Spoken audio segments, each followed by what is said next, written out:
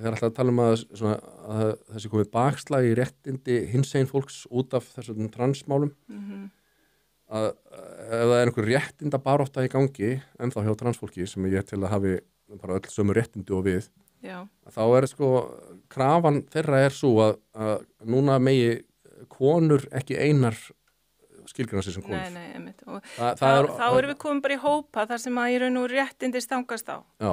Og þú veist, það eiga bara allir hafa jöfn réttindi, en þú ert ekki að skerða réttindi annan hópa. Ég meina, mér finnst það bara mjög basic. Og þetta kemur sterkt fram í þessari íþróttaumræðu þetta. Já, það var nú hitt mómentið mitt. Ég fór nú bara eiginlega í nánast taugaáfall eftir ég setti inn færslu fyrir tæp ári síðan, af því að mér blöskraði þetta bóksaramál. Og ég bara sagði bara, heyrðu, og ég setti fram mjög svona bara, mér finnst þetta var allt bara svona umhyggju og bara svona fallegt og ég vandaði mér rosalega, bara talaði við þurfum að vera með 3. flokkinn eða við þurfum að minnsta kosti að vera með kynjatest og bara vorkenni báðum keppendum því að augljóslega náttúrulega var þetta keist allt öðruvísi, þetta var náttúrulega einhver sem var með DST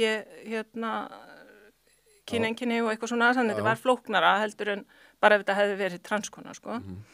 Og ég setti það inn og því var ekki vel tekið. Og þá fekk ég svona annað bara, býtu, ef það er ekki hægt að verja kvenréttindi á sviði íþrótta, ef við getum ekki, og það er bara einhvern veginn, þá áttaði ég mig á, það er bara sumt fólk sem vill bara eiginlega hafa þetta þannig, þú veist, það í raun og veru ber hag þá þessar yfirleitt kvenna, meira fyrir brjósti heldur en þá þeirra kvenna sem eru að keppa og það finnst mér mjög skakt og mér finnst mjög vont sem kona að geta ekki sagt þetta. Það er einmitt, mér finnst þetta að vera svona stór þáttur í þessum vógtrilling núna og þá komum við bara að raunveruleikin, þá erum við komin eiginlega alveg út úr raunveruleikan. Ef við eigum að... Og konur, eins og J.K. Rowling, rithöfundurinn, hún hefur mikið talað þetta og það hefur allt verið gert sem mögulegt til þess að reyna að slaufa henni. Stjaksetja hana á torgi hugmyndana. En það er sem betur verið ekki gengið. En hún ekki að tala fyrir neinu öðru heldur en bara þessum kvenréttindum sem að hafa verið, sem barist hefur verið fyrir. Og þetta auðvitað, Já, það mitt mörg ár síðan af því að það svolítið mörg ár síðan að þetta mál allt komu upp og þá fór ég að skoða, ég var nú mjög mikill Harry Potter aðdáandi og svo las líka Robert Galbraith bækurnar hennar hinnar, mjög góðar, að ég fór að skoða þetta þá, býtu, hvað hún að segja svona hræðilegt, hvað svona ógeðslega transfóbist sem hún að segja. Ég fór bara að lasa allt sem hún sagði og ég sagði, ég get ekki séð að sína eitt eitthvað og það er bara mitt, en ég veit alveg að það eru rosalega margir sem eru bara gjörsamlega að leggja fæða á hana og alveg bara hata hana fyrir eitthvað sem ég veist bara að vera svona freka mikið common sense, sko. Og það er ekki síst vegna að hún hefur bara verið stimpluð. Fólk ekki endilega búin að kynna sér og ekki búin að lesa alla þessa statusa. Nei, reyndar ekki. Og ritgerðin annar sem hún skrifaði líka, hún var mjög góð, sko. Ég meina, hún náttúrulega lenti í ofbeldi. Alvarlega heimilisofbeldi og voru bara skilin eftir nær döðan lífi einhvers staðar út á götu, sko.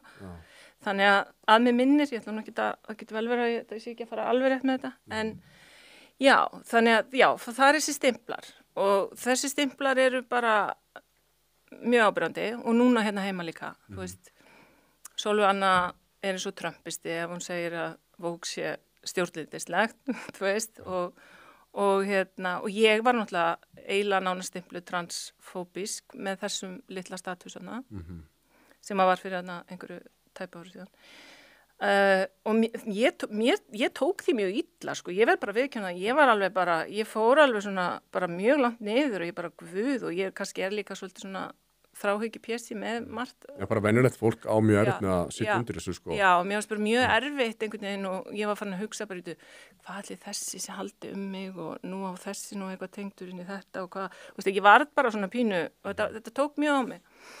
En þess vegna eru þessi stimplar, mér finnst þetta svo mikið mannfyrirlitning af því að mér finnst eiginlega fólk, sko, eigi alveg að geta haldi á nokkrum skoðunum í einu, sko. Þú þarft ekki að vera bara, þú ert ekki áskrifandi bara eins og að sýna eitthvað af skoðunum, skilur. Þú getur verið sammála, þú veist, ég get verið sammála Sigríði Andersen í einu máli og ég get bara verið sammála Gunnari Smára í öðru og ég get bara verið á þessari skoðun þarna og hér þarna og þó ég sé sammála því að eins og Trump hafi skorið upp herur gegn þessu íþróttadóti að þá þýðir ekki að ég sé bara heia Trump bara allan daginn og ég sé bara sammála öllu sem hann gerir. Þetta er alltaf það sem er verið að gera. Það er bara, já þú bara þarna og þú bara þarna og þú bara þarna. Og mér finnst þetta mjög ljótt og mér finnst þetta ekki til framdráttar og mér finnst þetta ekki vera að hjálpa okkur sem samfélagi og þetta er ekki góð fyrirmynd fyrir börnin okkar, bara alveg alls ekki, sko.